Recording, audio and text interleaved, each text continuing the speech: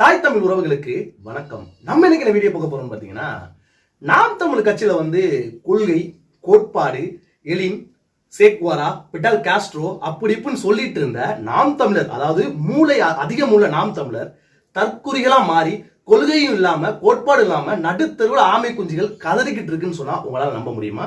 அதுதான் இந்த வீடியோல ரொம்ப தெளிவா பார்க்க போறோம். வாங்க வீடியோக்குள்ளாடி போலாம். இலங்கையில குழுமுடு ஒரு ஏரியா இருக்கு. அங்க காலையில வாக்கிங் போயிட்டு இருக்கேன்.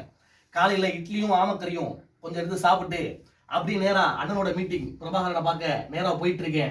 அங்க ஒரு போனவர்கள் பாத்தீங்கன்னா மான் கறி, முதலைக்கறி, எலி வறுவல் அப்படின்ற மாதிரி நிறைய போட்டாங்க.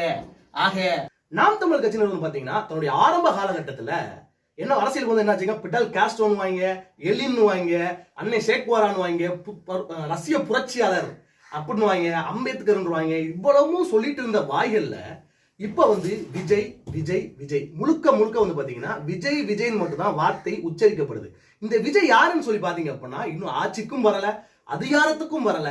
அப்ப என்னத்துக்கு விஜயை பார்த்து இந்த அளவுக்கு பயப்படுறாங்க நாம் தமிழர் பாத்தீங்க அப்படின்னா, நாம் தமிழர் ஆரம்ப காலகட்டத்துல கட்சி தொடங்கினதுக்கு அப்புறம் பாத்தீங்க அப்படின்னா உடனே அந்த கூட்டம் சேரல. இப்ப 35 லட்சம் ஓட்டு வாங்கினாங்க தெரியுமா? அந்த ஓட்டு விஜய் ரசிகர்கள் ஓட்டு, பாதி ஓட்டுன்னு எல்லாருக்குமே தெரியும். அதை நான் சொல்ல வரல. இந்த 35 லட்சம் ஓட்டு எப்படி வாங்க அப்படின்னா படிப்படியா பாத்தீங்க அப்படின்னா முன்னேறி முன்னேறி முன்னேறி முன்னேறி வராங்க. ஆனா விஜய் அவர்கள் வந்த உடனே பாத்தீங்க அப்படின்னா கோடிக்கணக்கான பேர் விஜய்க்கு ஆதரவு தெரிவிச்சோன்னே, லட்சக்கணக்கான பேர் பாத்தீங்கன்னா மாநாட்டுல கூட்டம் சொன்னோன்னே இவர்களுக்கு நடுக்கம் வந்துருச்சு. அது மட்டும் இல்லாம யோசிச்சாங்க, நம்ம கொள்கையா கோட்பாடா அப்படின்ற மாதிரி யோசிக்கும் போது என்ன ஆயிடுச்சு எங்களுக்கு, இல்ல மானம் அவமானம் மாறி போச்சு. இவங்க என்ன சொல்லிட்டு இருந்தாங்கன்னா, விஜய் என்னோட தான் கூட்டு சேர போறாங்க, விஜய் பாத்தீங்கன்னா விஜய் என் கூட தான் இருக்க போறான்னு நினைச்சுக்கிட்டு இருந்த ஒரு மனசுல நீ எல்லாம் ஒரு ஆளாக உன கணக்கு எடுத்துக்கல. நீ ஏன் சும்மா ஓடி தெரியல? அரசியல் எதிரியாரு? எனக்கு திமுக. கொள்கை எதிரியாரு? பாஜக. அப்படின்னு தெளிவான முடிவு தான். நீ எதுக்கு உள்ள போயிட்டு இருக்க அப்படின்ற மாதிரி நம்மளுடைய விர்ச்சுவல் வாரியர்ஸ் நாம் தமிழர் வச்சு செஞ்சுட்டு இருக்காங்க. அது மட்டும் இல்லாம பாத்தீங்கன்னா நாம் தமிழர் ஆரம்ப காலகட்டத்துல எப்படி அரசியல் தொடங்கும் போதே பாத்தீங்கன்னா முழுக்க பித்தலாட்டத்திலே தான் வந்திருக்காங்க. என்ன காரணம்னு பாத்தீங்கன்னா, ஆரம்ப காலகட்டத்துல ஆல்ரெடி வீடியோ போட்டுமே பார்த்திருப்பீங்க, அவங்க யாரோடலாம் பயணிச்சாங்கன்னு சொல்லி. இப்போ பாத்தீங்கன்னா பெரியார நேத்து நடந்த ஒரு விஷயத்த சொல்றேன். பெரியார் பாத்தீங்கன்னா அன்னை பயந்துட்டாரு. விஜய் பாத்தீங்கன்னா இந்த தடவை ஜெயிக்கிறது உறுதியான சீமானவர்களுக்கு என்ன செய்யணும் தெரியல. நேரா பாத்தீங்க அப்படின்னா மூக்கா முத்து இருக்காரு தெரியுமா?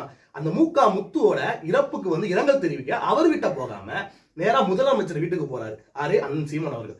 நான் என்ன கேட்கிறேன், உங்களுக்கு எதிரி யாரு? திமுக தானே சொன்னீங்க. உங்களுக்கு எதிரி யாரு? திமுக தானே சொன்னீங்க. இலங்கையில பாத்தீங்கன்னா 40,000 பேருக்கு மேல எங்களை பாத்தீங்கன்னா கொன்னுட்டாங்க.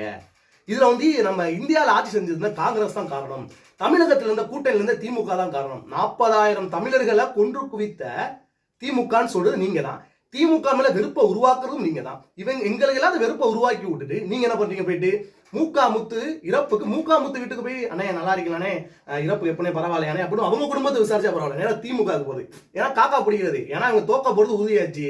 லாஸ்ட் வரைக்கும் பாத்தீங்க அப்படின்னா இவங்க இங்கிட்டும் சேர மாட்டாங்க, அங்கிட்டு சேர மாட்டாங்க.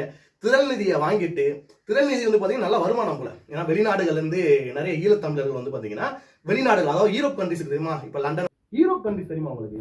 இத்தாலி, ஜெர்மன், லண்டன், அமெரிக்கான்ற மாதிரி யூரோப் கண்ட்ரிஸ்ல பாத்தீங்கன்னா ஈழத்தமிழர்கள் ரொம்பவே அதிகமா இருப்பாங்க, மல்டி மில்லியனர்ஸா இருப்பாங்க.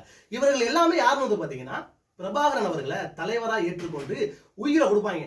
இவன் என்ன பண்றாங்க அப்படின்னா, அங்க ஒரு நாம் தமிழர் கட்சின்னு ஆரம்பிச்சுட்டு இந்த பாத்தீங்கன்னா அண்ணனுக்கு திரள் நிதி அனுப்பணும் அப்படின்ற மாதிரி இவங்கள்ட்ட காசை வசூலிச்சு அவங்க கொஞ்சம் அங்க எடுத்துக்கிட்டு இங்க இந்தியாவுக்கு பாத்தீங்கன்னா நாம் தமிழர் கட்சிக்கு பணத்தை அனுப்புறதா நான் சொல்லலைங்க.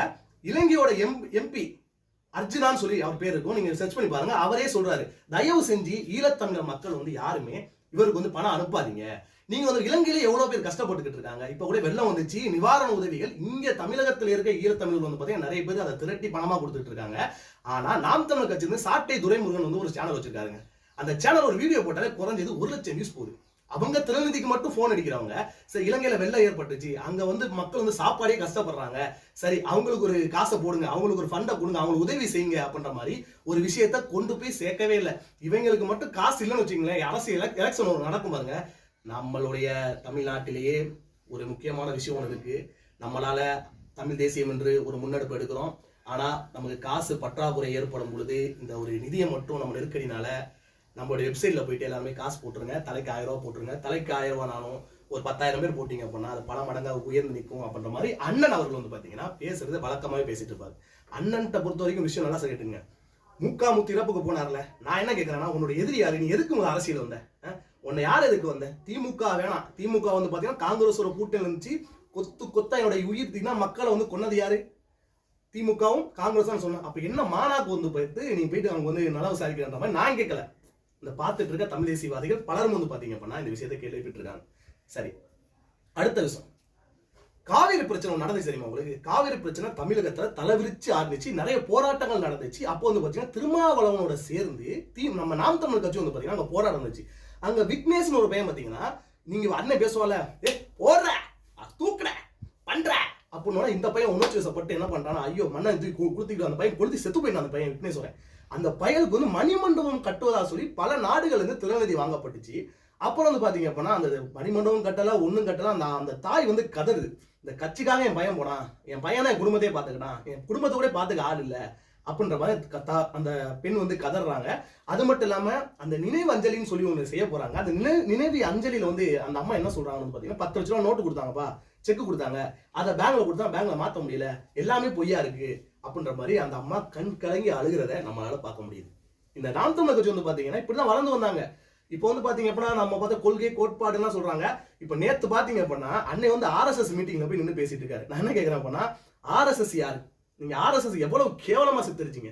உங்களுக்கு ஒரு காரியம் வேணும்னா காலை பிடிக்கிறீங்க, உங்களுக்கு ஒரு காரியம் வேணாம்னா காலை பிடிக்க மாட்டேங்கிறீங்க.